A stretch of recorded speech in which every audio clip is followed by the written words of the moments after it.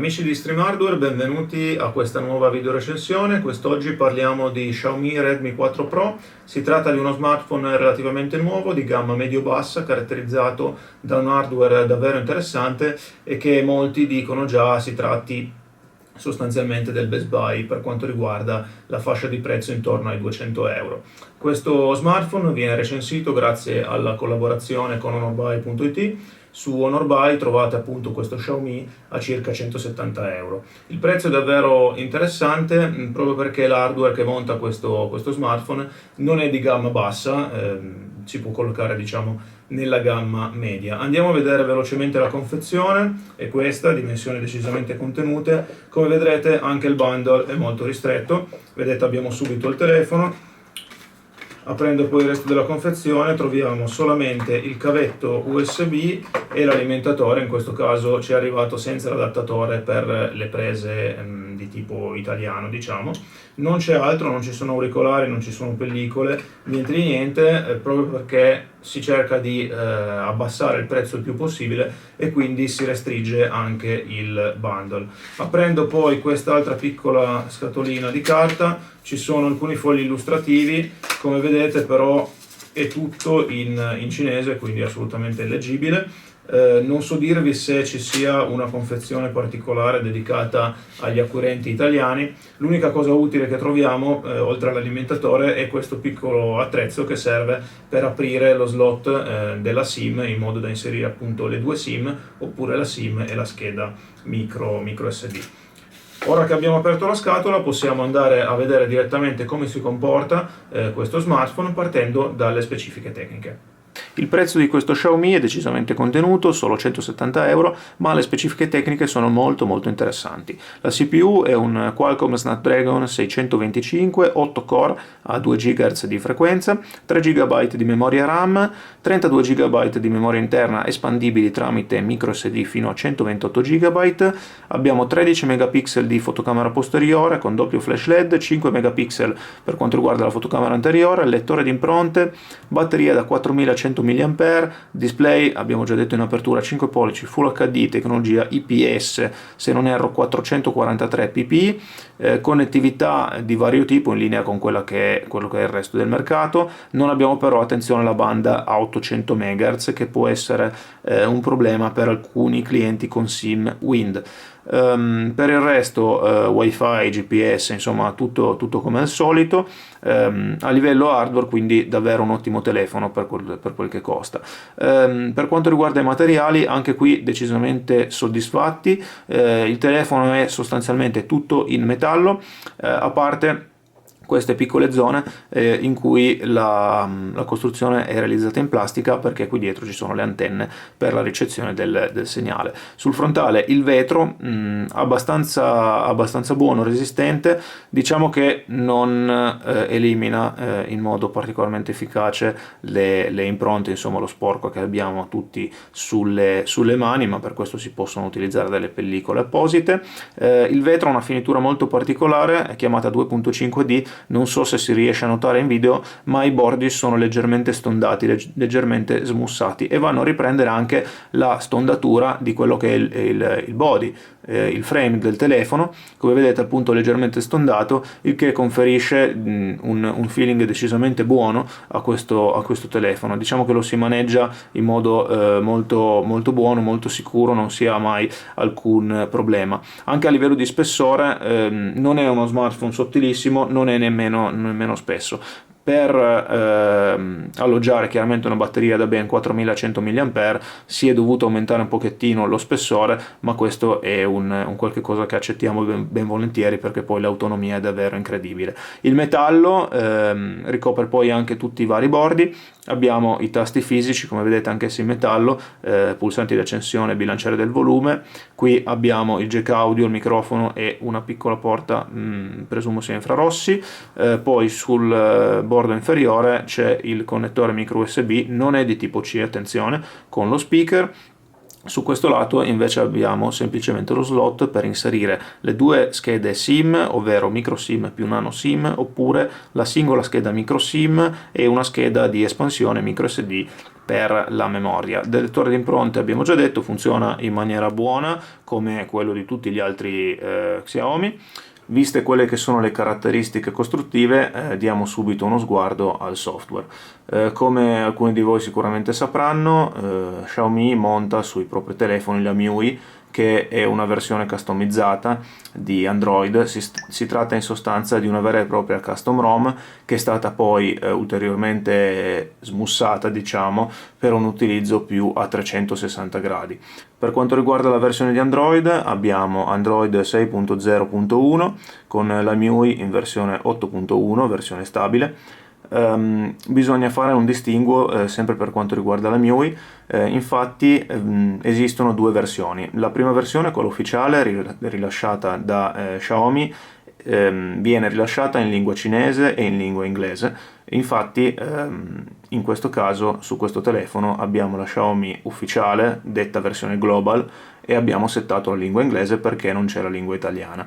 La versione global, ovvero quella ufficiale, ha inoltre una serie di applicazioni in cinese, vedete qui, molte applicazioni riservate all'utenza cinese che non hanno traduzione inglese, quindi alle volte compaiono appunto notifiche o compaiono aggiornamenti, oppure potreste aprire per errore queste applicazioni, non si capisce nulla a meno che non sappiate il cinese, basta chiuderle oppure direttamente andarle a disattivare dalle impostazioni. Basta andare appunto nelle impostazioni, ci sono le varie app di sistema o le app installate, si va su ognuna di queste app e la si disinstalla se possibile o la si disabilita.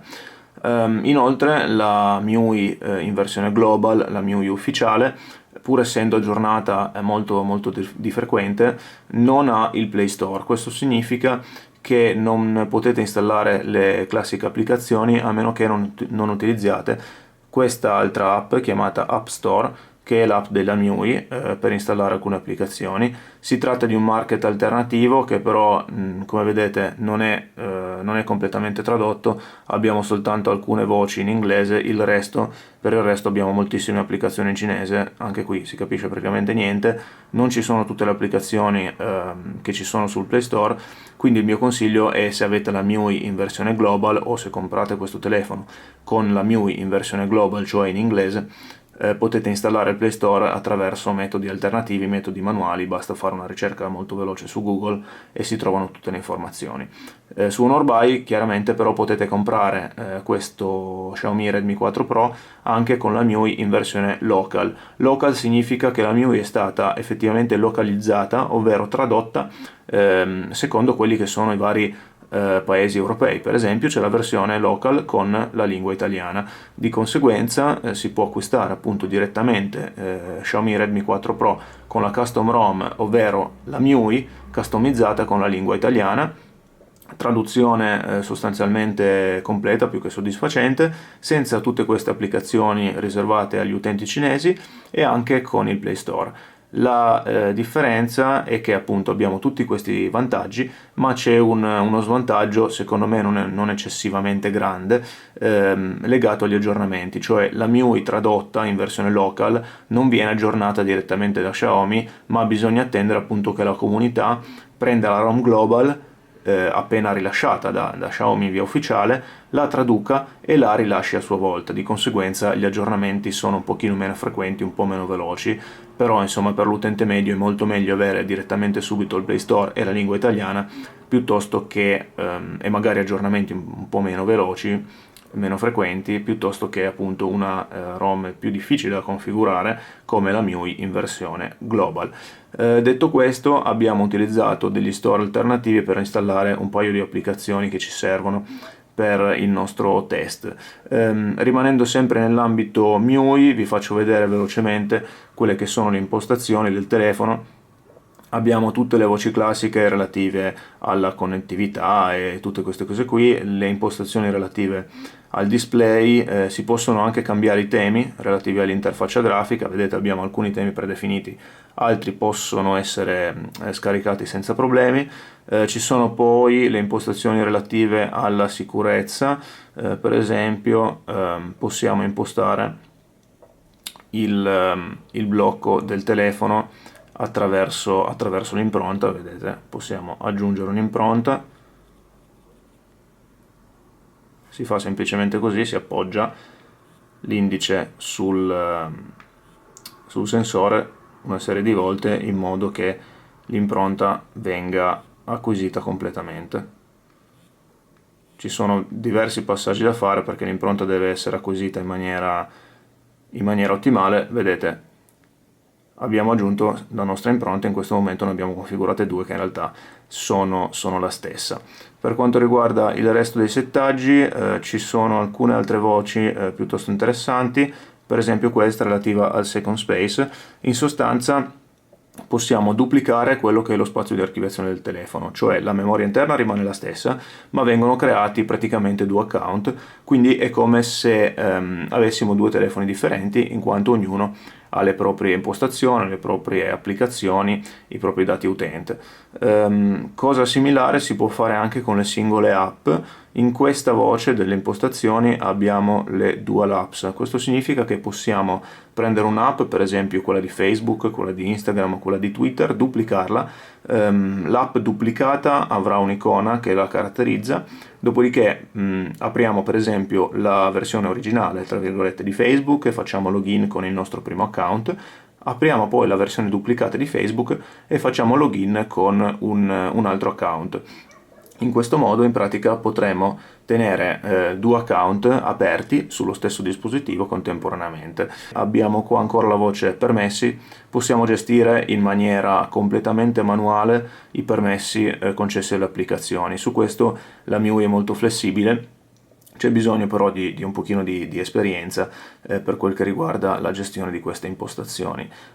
Se durante l'utilizzo vi uscissero molti pop-up relativi alla concessione di permessi alle varie app, non spaventatevi, questo perché di default la MIUI tende a conferire il minor numero possibile di permessi alle app appena installate, è molto restrittiva da questo punto di vista, dopodiché manualmente si va a garantire i permessi solo se siamo assolutamente sicuri che l'app che abbiamo installato non andrà a creare danni al nostro dispositivo, oppure magari ad utilizzare le telefonate o gli SMS in maniera impropria, magari addebitando costi eccessivi sulla nostra SIM.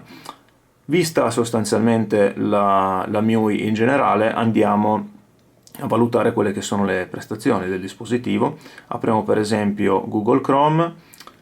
Vi faccio notare ancora, ecco, un altro aspetto della MIUI, questa è la tastiera preinstallata, è abbastanza simile alle tastiere che troviamo sugli altri smartphone venduti normalmente in Europa, differisce per alcuni punti, per esempio vedete qui ci sono alcuni idiomi cinesi, se per sbaglio clicchiamo qua andiamo a cambiare completamente l'aspetto della tastiera e potremo ritrovarci un pochettino in difficoltà. Durante il mio periodo di prova sono andato ad installare la tastiera che viene rilasciata da Google sul Play Store perché è un pochino più semplice e più immediata da utilizzare.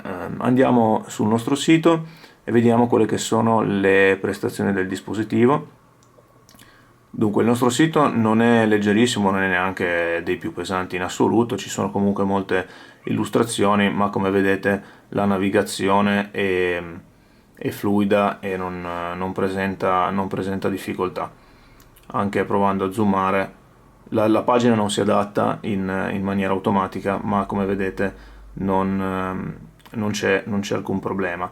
Proviamo ad andare su un altro sito, per esempio quello dell'ANS.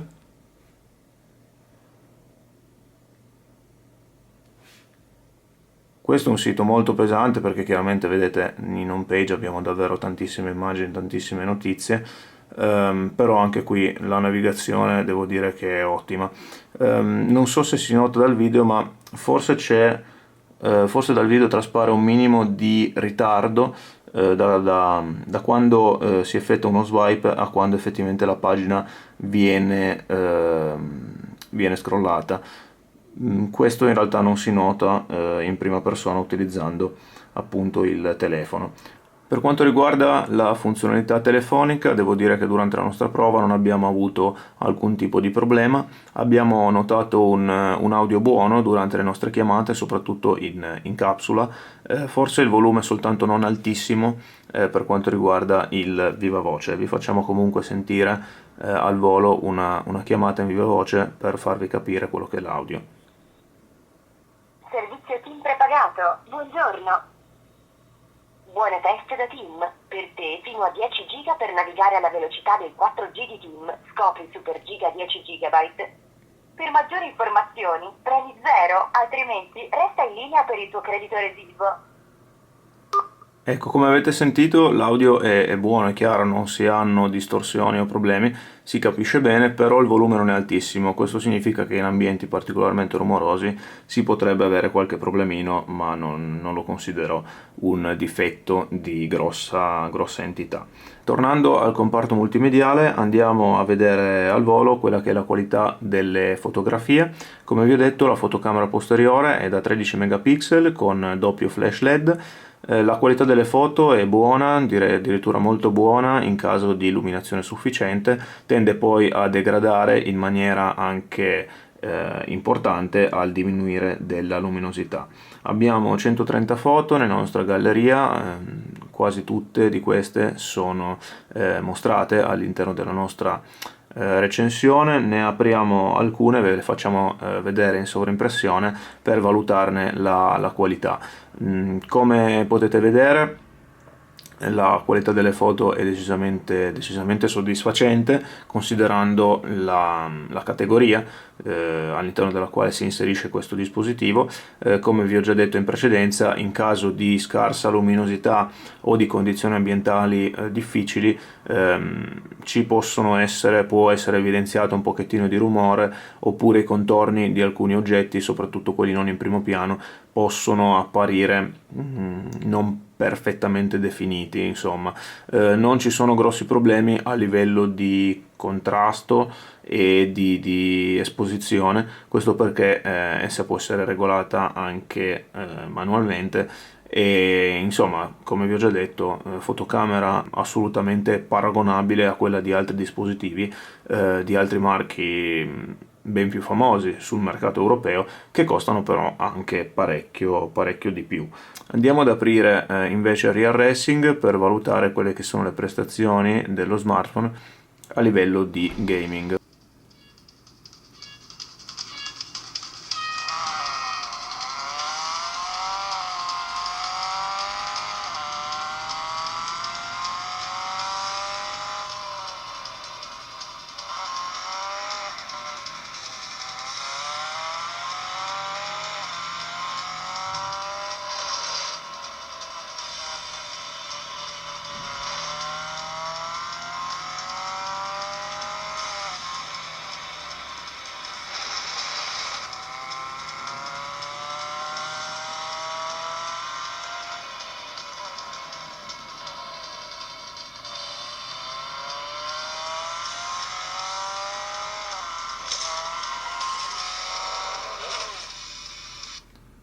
Come avete visto, grafica più che buona, comportamento assolutamente fluido, nessun tipo di problema. Insomma, possiamo essere del tutto soddisfatti di quello che è il comportamento di questo smartphone.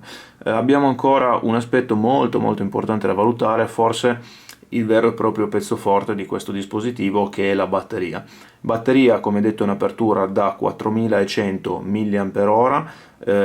Ci si impiega parecchio a caricarla, proprio perché è una batteria molto capiente, però l'autonomia che offre è qualcosa di semplicemente incredibile. Vi mostriamo in sovrimpressione quelli che sono gli screenshot relativi a un paio di durate complete, cicli completi della batteria. Siamo riusciti ad arrivare a 3 giorni pieni e circa 10 ore di schermo acceso. È un risultato davvero incredibile per uno smartphone di queste dimensioni.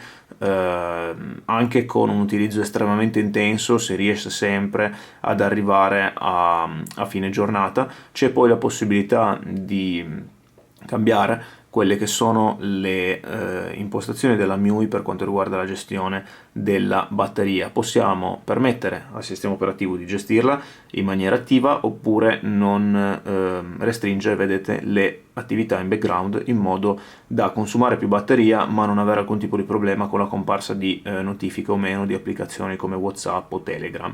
Direi che abbiamo visto sostanzialmente tutte le caratteristiche importanti di questo dispositivo. Se mi doveste chiedere di trovare un aspetto negativo, davvero non saprei che cosa dirvi. Qualche piccolissimo difetto c'è, qualcosa relativo al software, perché la MIUI non è una ROM classica, diciamo. C'è questo piccolissimo difetto appunto dell'audio, che non è altissimo quando si utilizza il viva voce, e distorce forse un pochettino a livello massimo quando si guardano dei video o si ascolta la musica, anche se questo non succede sempre, dipende soprattutto dalla traccia audio che viene riprodotta, se già di per sé ha un livello audio predefinito molto molto alto.